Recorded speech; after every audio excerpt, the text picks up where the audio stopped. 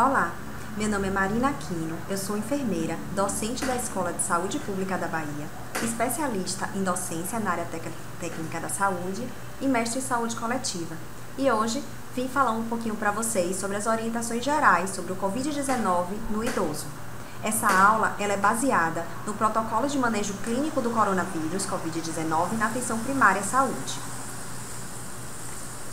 Algumas considerações gerais sobre a doença. Então, a doença, também conhecida como Covid-19, ela é causada pelo vírus SARS-CoV-2, também conhecido como coronavírus. A sua transmissão é por meio de gotículas respiratórias oriundas de pacientes doentes. Então, tosse, espirro, fala, contato por ambientes contaminados, onde o paciente também acabou tendo contato, são fontes de transmissão. O período de incubação pode variar de 0, ou seja, assim que a pessoa entra em contato com o vírus, até 14 dias. Os sinais e sintomas mais presentes do quadro do Covid são a febre, tosse, dificuldade para respirar, dor muscular e cansaço e sintomas gastrointestinais, como a diarreia. Sendo que os dois sinais e sintomas mais importantes, ou seja, mais frequentes, são a febre, acima de 37,8, e a tosse. Existe uma variação dos sintomas na apresentação dessa doença. A pessoa pode variar de assintomático, onde ela não apresenta nenhum sintoma, porém já tem o vírus.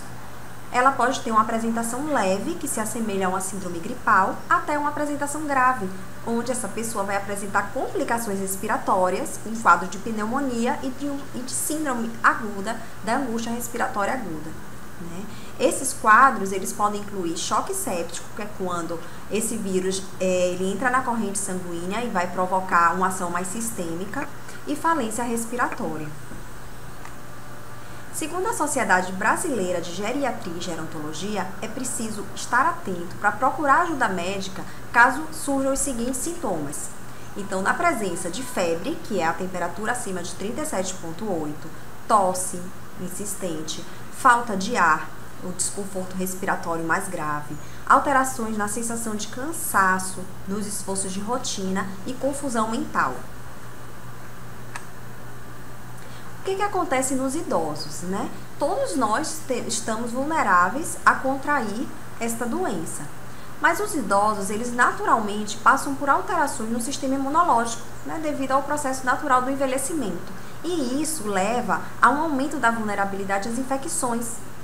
O que acontece com o sistema imunológico deles? Quando eles têm contato com o vírus, uma bactéria, um fungo, independente da doença, eles vão ter uma demora maior, um atraso na resposta do sistema de defesa do corpo e uma redução. Então, essa resposta é mais lenta e é um pouco mais fraca do que no indivíduo com a idade menor. Então, isso faz com que tanto os sintomas eles possam ser mais graves no idoso, quanto a taxa de letalidade, que é a chance do indivíduo morrer, né? Os idosos, eles também ocupam esse lugar. Então, alguns casos, eles evoluem para óbito, né? Que é onde a pessoa não consegue, né, se adaptar, o organismo não consegue se adaptar ao vírus e acaba falecendo. E a maior parte dos indivíduos que chegaram a isso tinham já alguma comorbidade pré-existente, né, apesar de não ser uma regra. Mas 10,5% tinha doença cardiovascular, 7,3% diabetes, 6,3% apresentavam algum tipo de doença respiratória crônica, 6% hipertensão, 5,6% câncer, destacando a maior taxa de letalidade de fato entre idosos. Lembrando que esses dados eles mudam de acordo com a região, com o país, e esses dados eles são baseados em estudos da China. E aí a gente tem, né, a lista do Ministério da Saúde fez esse levantamento por faixa etária, a lista de letalidade provocada pela Covid-19 por faixa etária na China. E aí as três faixas que incluem os idosos, que é de 60 a 69 anos, 70 a 79 anos e igual ou maior que 80 anos, é a que de fato representa, são as maiores taxas, né, a maior chance, risco de morte, né? Então elas vão proporcionalmente aumentando ao decorrer da vida, ao decorrer da idade do paciente.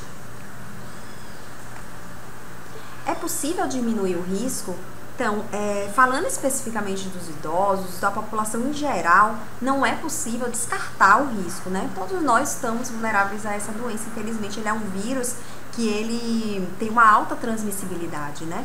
Então, o que é possível fazer é diminuir o risco.